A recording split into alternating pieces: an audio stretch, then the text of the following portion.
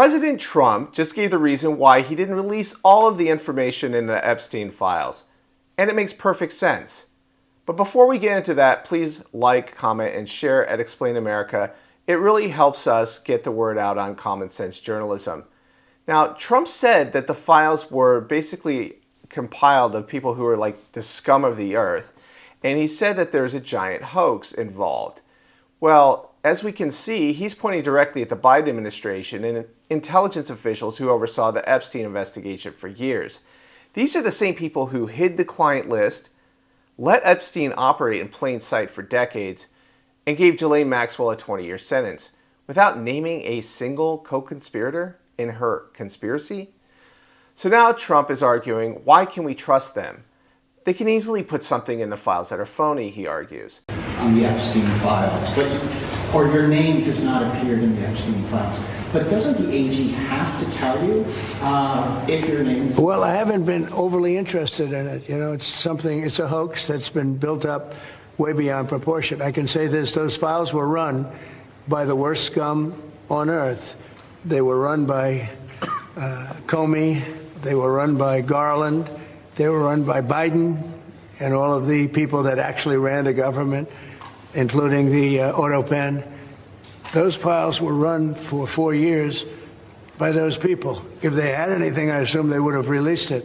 The whole thing is a hoax. They ran the files.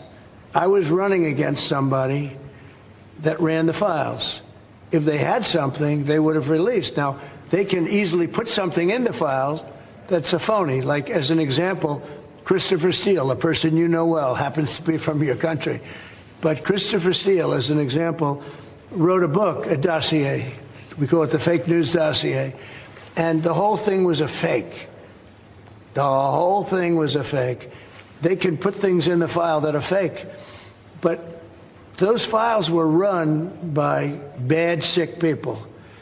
If they had anything, why didn't they use it when I was killing Joe and then he gave out because he was 25 points down? And then I got somebody new. Nobody even knew anything about her. She was a horrible vice president. She was a border czar, but she never went to the border. She never once called a border patrol agent to find out how we're doing. But she was the border czar. Her name was Kamala. Nobody knows her last name. It was Harris. But nobody knew her last name. So I ended up, how would you like to end up in a race where you're killing somebody, you're beating him, and then they say, all right, we'll take him out. He's not working. Let's put somebody else. And then she had a 6-week honeymoon. It was amazing. They predicted she would have a 6-week honeymoon, and she did. And then she got slaughtered.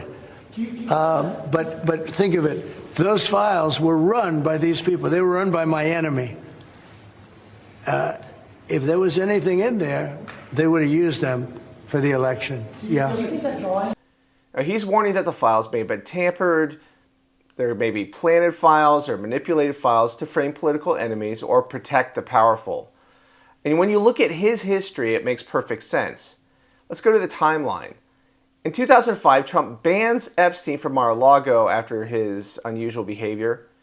In 2006, in Florida, Trump cooperates with the victims.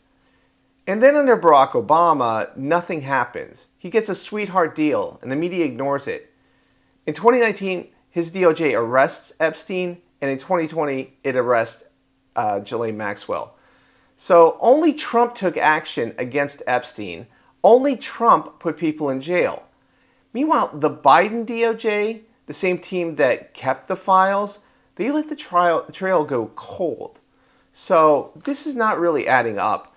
And I think that Trump has a really strong point, especially in light of recent fake news articles, such as what appears to be an erroneous or misleading Wall Street Journal article about a birthday card that Trump reportedly sent Epstein. Now, the thing about that, and even Elon Musk came to his defense, he doesn't draw pictures like that, and he also doesn't type a lot of his statements to people, personal statements. He uses a black Sharpie and writes it on a piece of paper, and so there are so many things that have been wrong with the Epstein files that Trump has got a point to distrust what comes out he supposedly the other big thing that has sent the Trump's opposition wild is that he's named in the Epstein files. Well, so is a lot of Hollywood elites, and so are billionaires, so are former presidents like Clinton.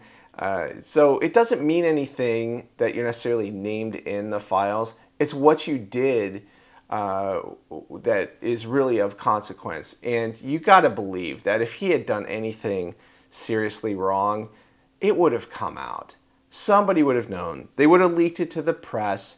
It would have been weaponized. It would have been used against him in the more than decade-long onslaught against him in terms of lawfare and presidential sabotage and media coverage. So please let us know what you think about this story. We appreciate your feedback. Thank you for watching Explain America.